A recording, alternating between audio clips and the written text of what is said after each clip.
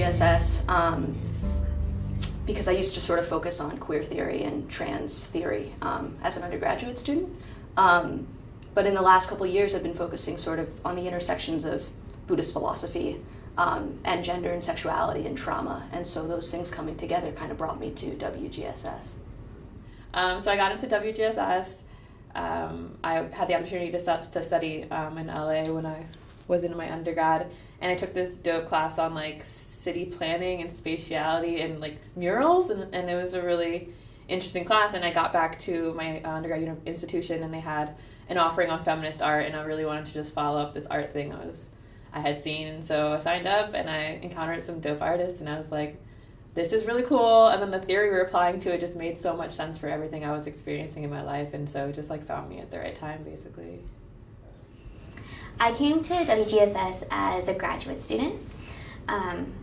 Where I did my undergrad, we didn't have a department of women's gender and sexuality studies, but I had really great feminist teachers who opened the doors to doing feminist study for me.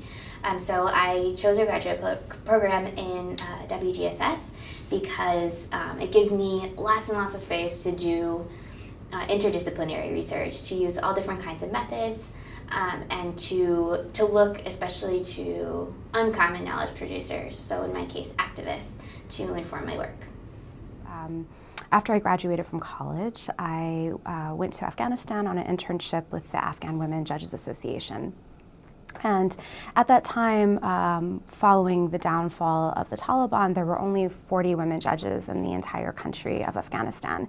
And so I had a very specific idea of what feminism meant when I went there. And I very quickly discovered that it was very rooted in US struggles for gender equality, and that gender justice looked very differently in places like Afghanistan. And so that led me to a series of questions about how does feminist struggles, how do they look differently in different parts of the world?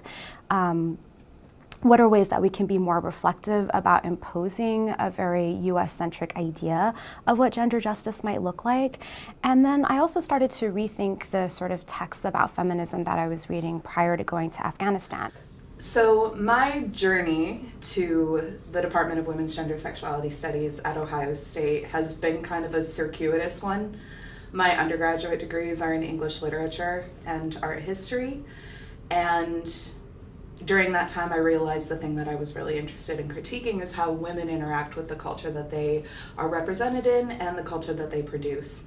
So after spending some time away from the academy, I went back and got my master's degree in gender media and culture, and then decided that I really liked graduate work and wanted to continue to do it. So after looking a lot of different places and a lot of different programs, this was the only women's gender and sexuality studies department that I applied to, and it was the perfect fit for the work that I wanted to do.